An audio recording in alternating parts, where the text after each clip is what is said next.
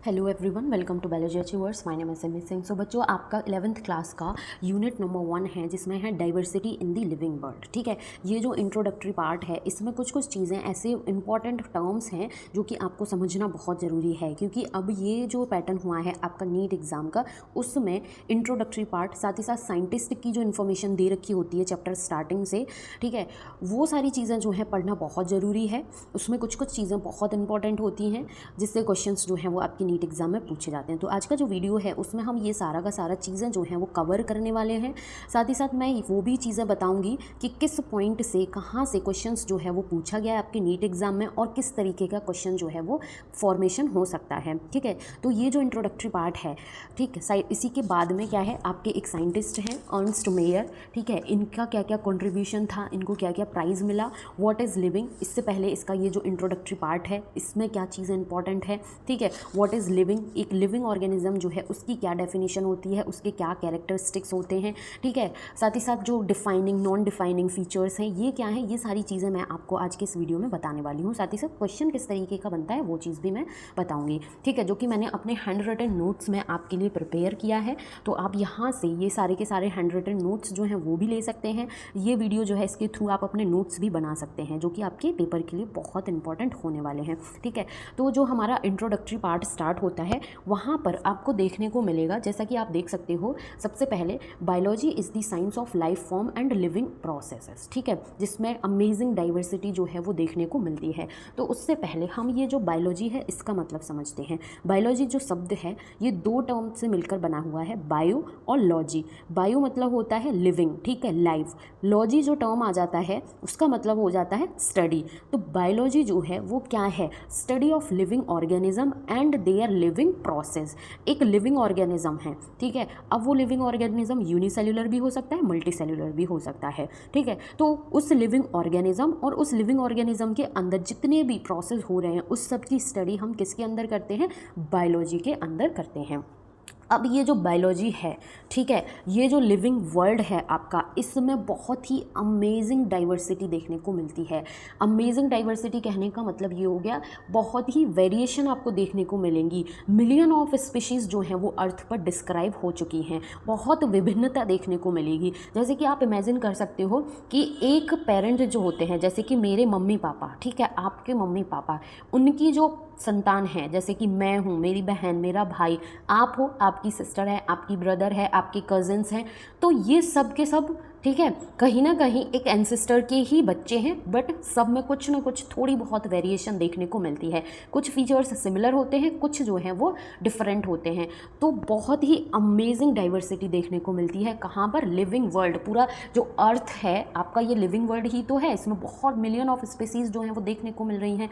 ठीक है, अगर हम मिलियन ऑफ स्पीसीज़ में के डेटा की बात करें तो 1.7 से 1.8 मिलियन स्पीशीज़, जिसको लाख में अगर कन्वर्ट किया जाए तो 17 से 18 लाख स्पीशीज़ जो हैं वो आज की डेट तक में डिस्क्राइब हो चुकी हैं।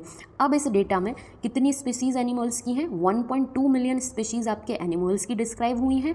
0.5 मिलियन स्पीशीज़ जो हैं वो प्लांट्स, और इसमें फंजाई भी इंक्लूड हो जाता है, प्लांट एंड फंजाई की इंक्लूड हो चुकी हैं। ठीक है, अब एक बात आती है कि आज के समय का जो ह्यूमन बीइंग है वो डिफ्रेंशिएट करने में लगा हुआ है कि लिविंग क्या है, नॉन लिविंग क्या है। नहीं, जो अर्ली मैन था, ठीक है, उनके अंदर भी क्यूरियोसिटी थी, वो उन्होंने भी बहुत सारे एक्सपेरिमेंट्स कंडक्ट किए थे। तो जो अर्ली मैन था उसने बायोटिक और ए बायोटिक जो मैटर है उसको डिस्क्राइब किया था, डिफरेंशिएट किया था। ठीक है, बायोटिक मैटर जो होता है उसको हम नॉन लिविंग, नॉन एनिमेट के नाम से भी जानते हैं। जैसे कि आपका हवा हो गया, आपका सी समुद्र हो गए, आग हो गई, ये सब क्या हैं, ये आपके ए बायोटिक नॉन लिविंग मैटर हैं। ठीक है, अगर यदि मैं बात करूं कि बायोटिक, लिविंग और जिसको हम एनिमेट बोल सकते हैं, इसमें क्या क्या आ जाता है, आपके प्लांट्स आ जाते हैं, इसमें आपके एनिमल्स आ जाते हैं। तो जो अर्ली मैन था उसने मैटर जो होता है उसको ए बायोटिक, बायोटिक मैटर को डिफरेंशिएट किया था विद एग्जाम्पल्स। ठीक है, अब क्या आ जाता है कि व्यू ऑफ बायोलॉजी आ जाता है। दो व्यू हैं बायोलॉजी के, एक ह्यूमन सेंटर्ड, ठीक है, जिसको हम एंथ्रोपोसेंट्रिक बोलते हैं, मानव केंद्रित व्यू। ठीक है, एक आ जाता है आपका बायोसेंट्रिक, ठीक है। दोनों जो टर्म है, ये जो एंथ्रोपोसेंट्रिक है इसका मतलब काफ़ी इंपॉर्टेंट है, ये शब्द जो है इंपॉर्टेंट है, इससे क्वेश्चन जो है वो पूछा जा सकता है। एंथ्रोपोसेंट्रिक, इसमें एंथ्रो जो शब्द है इसका ही मतलब अपने आप में होता है ह्यूमन, पोसेंट्रिक मतलब कि सेंटर्ड, ह्यूमन सेंटर्ड, मानव केंद्रित। तो इनके अकॉर्डिंग ये था कि सिर्फ और सिर्फ जो ह्यूमंस हैं वही सुपीरियर हैं, बाकी स्पीशीज़ जो हैं जैसे कि एनिमल्स हो गए, प्लांट्स हो गए, यूनिसेल्युलर ऑर्गेनिजम्स हो गए या इंसेक्ट हो गए, रेप्टाइल्स हो गए, जितने अदर स्पीशीज़ हैं अदर देन ह्यूमंस, वो सब कैसी हैं, इन्फीरियर हैं, ठीक है। और इसी लिमिटेड नॉलेज के बेसिस पर अपने आप को महान समझने लगे। तो इन्होंने बोला एंथ्रोपोसेंट्रिक व्यू जो था बायोलॉजी का, उसके अकॉर्डिंग ये था कि humans are superior and rest species are inferiorly, जिसकी वजह से एक लिमिटेड नॉलेज जो है वही रह गई।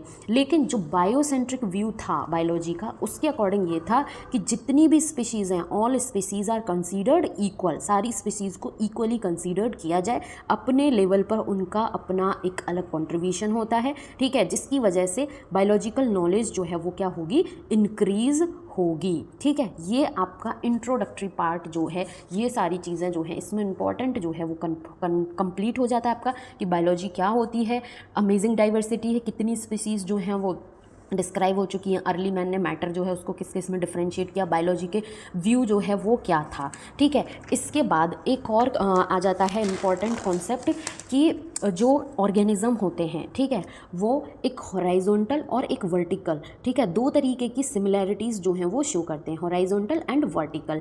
ये कैसी होती है, हॉराइजॉन्टल सिमिलैरिटीज़ कौन शो करेगा, जो सेम जनरेशन होगी वो शो करता है हॉराइजॉन्टल सिमिलैरिटीज़, दो जनरेशन जो हैं वो शो करती हैं वर्टिकल सिमिलैरिटीज़। अब इसको हम एग्जाम्पल के थ्रू समझते हैं तो आपको बहुत अच्छे से समझ में आ जाएगा। ये एक फादर है, ये एक मदर है, मतलब फादर और मदर, ठीक है, ये क्या हो गई, ये एक पेरेंटल जनरेशन हो गई। अब ये जो फादर मदर हैं, ठीक है, इनकी ऑफस्प्रिंग्स होंगी, प्रोजेनी होगी। फॉर एग्जाम्पल इनके दो बच्चे हैं, एक लड़का है और एक लड़की है, ठीक है। तो ये जो बहन भाई हैं, ये जो बहन भाई हैं ये आपस में सेम जनरेशन है ना, तो सेम जनरेशन, ये जो सेम जनरेशन के बीच की जो सिमिलैरिटीज़ होगी वो कैसी होती है, हॉराइजॉन्टल सिमिलैरिटीज़ शो करते हैं, जो कि एक स्ट्रेट लाइन के थ्रू रिप्रेजेंट की जाती है, ठीक।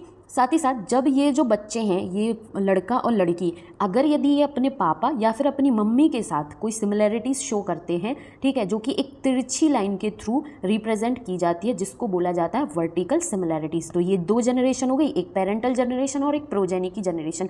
तो दो जनरेशन के बीच में जो सिमिलैरिटीज़ होती है उसको वर्टिकल सिमिलैरिटीज़ बोला जाता है। और दो जो सेम जनरेशन के बीच में सिमिलैरिटीज़ होती है उसको हम हॉराइजॉन्टल सिमिलैरिटीज़ के नाम से जानते हैं। तो ये हो गया आपका इंट्रोडक्टरी पार्ट कंप्लीट। बायोलॉजी क्या है, डाइवर्सिटी, ठीक है, व्यू ऑफ बायोलॉजी क्या है, अर्ली मैन ने कैसे मैटर जो है उसको डिफ्रेंशिएट किया, हॉराइजॉन्टल और वर्टिकल सिमिलैरिटीज़ जो हैं वो क्या होती हैं, ठीक है। अब आपका जो चैप्टर स्टार्ट होगा उससे पहले एक साइंटिस्ट हैं जिसको हम अर्नस्ट मेयर के नाम से जानते हैं, जिनका जन्म हुआ था 1904 में और मृत्यु हुई थी 2004 में, मतलब कि पूरा 100 साल ये जिंदा रहे थे। अर्नस्ट मेयर जो है उनके रिगार्डिंग कुछ चीज़ें जो हैं वो काफ़ी इंपॉर्टेंट हैं।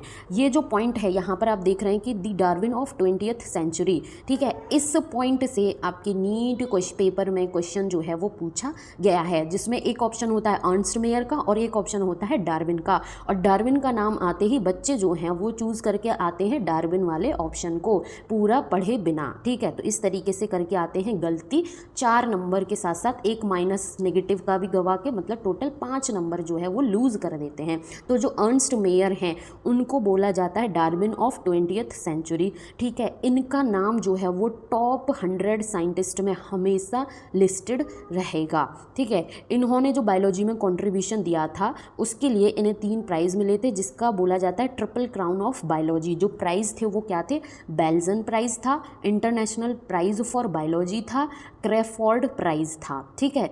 उसके बाद जो अर्नस्ट मेयर हैं इन्होंने बायोलॉजिकल कॉन्सेप्ट ऑफ स्पीशीज़ जो है वो भी दिया था। तो ये जो पॉइंट है biological concept of species and Darwin of 20th century, ये पॉइंट जो है ये काफ़ी इंपॉर्टेंट है। एक पॉइंट से तो क्वेश्चन आपके नीट पेपर में पूछे जा चुके हैं, इससे भी पूछा जा सकता है, ठीक है। तो ये हो गया आपका इंट्रोडक्टरी पार्ट, साथ ही साथ अर्नस्ट मेयर जो है उनके रिगार्डिंग इन्फॉर्मेशन।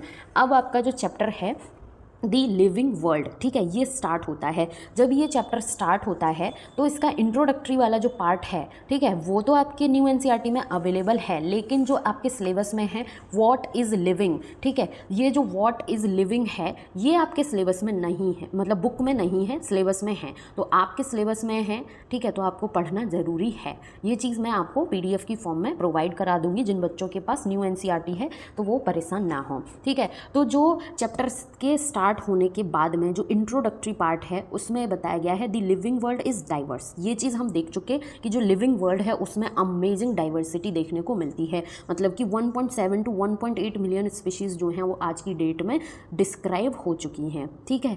इतनी डाइवर्स स्पीशीज़ देखने को मिलती हैं। साथ ही साथ कुछ ऑर्गेनिज्म जो हैं वो ऐसे भी हैं जो एक्सट्रीम कंडीशन, ठीक है, एक्स्ट्रा ऑर्डिनरी हैबिटेट्स, ठीक है, जैसे कि एक ह्यूमन बीइंग से अगर बोल दिया जाए मई जून के महीने में आपको 4 घंटे धूप में खड़ा होना है तो बहुत मुश्किल हो जाएगा, गिर जाएगा, मर जाएगा, ठीक है। इवन न्यूज़पेपर्स में भी आप सुनने को देख सकते हो कि बहुत गर्मी की वजह से डेथ हो गई, बहुत ठंडी होती है तो डेथ हो जाती है, ठीक है।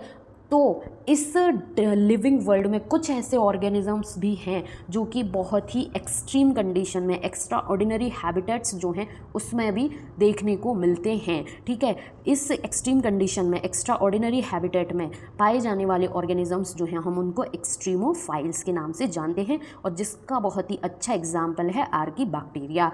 ये जो आर्कीबैक्टीरिया है आपको सॉल्टी एरियाज़ में देखने को मिल जाएगा, हॉट स्प्रिंग्स, ठीक है, गर्म पानी के जो झरने होते हैं, ठीक है, वहाँ पर देखने को मिल जाएगा। मार्शी एरियाज़ जो होते हैं वहाँ पर देखने को मिल जाएगा। जो सॉल्टी एरियाज़ में पाए जाते हैं उनको हेलोफाइल्स बोलते हैं, हॉट स्प्रिंग्स में पाए जाते हैं उनको थर्मो एसिडोफाइल्स बोलते हैं, मार्शी एरियाज़ में जो पाए जाते हैं उनको हम मिथेनोजेंस के नाम से जानते हैं, ठीक है। अब ये जो इंट्रोडक्टरी पार्ट है, जैसे कि हमने देख लिया कि बहुत डाइवर्सिटी है, कुछ ऐसे ऑर्गेनिज्म है जो एक्सट्रीम कंडीशन में भी जा रहे हैं, तो इतनी डाइवर्सिटी जो है, तो इतने सारे ऑर्गेनिज्म, इतनी सारी मिलियन ऑफ स्पीशीज़ होने के बाद कुछ ऐसी स्पीशीज़ होंगी जिनमें कॉन्फ्लिक्ट होगा, ठीक है, सर्वाइवल के लिए लड़ाई झगड़ा होगा। कुछ ऐसी स्पीशीज़ होंगी जिनमें कॉपरेशन, समझौता देखने को मिलेगा, ठीक है। तो जैसे कि कॉन्फ्लिक्ट है, मारपीट हो रही है, लड़ाई झगड़ा हो रहा है अपने आप को जिंदा रखने के लिए, तो एक जंगल है, ठीक है, उस जंगल में बहुत सारे एनिमल्स हैं।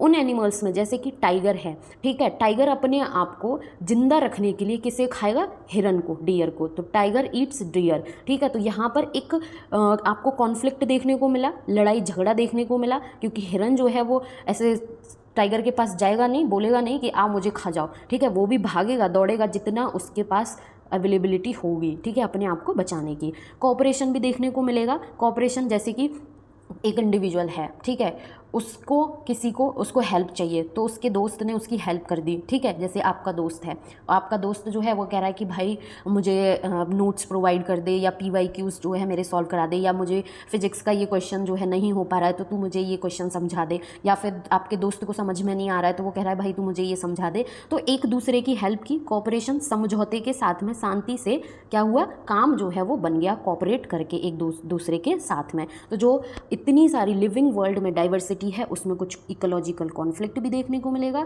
कुछ कॉपरेशन जो है वो भी देखने को मिलेगा। अब यहाँ से स्टार्ट होता है आपका मेन जो पार्ट है, व्हाट इज़ लिविंग। एक लिविंग जो है वो क्या है, उसकी डेफिनेशन क्या होती है, ठीक है।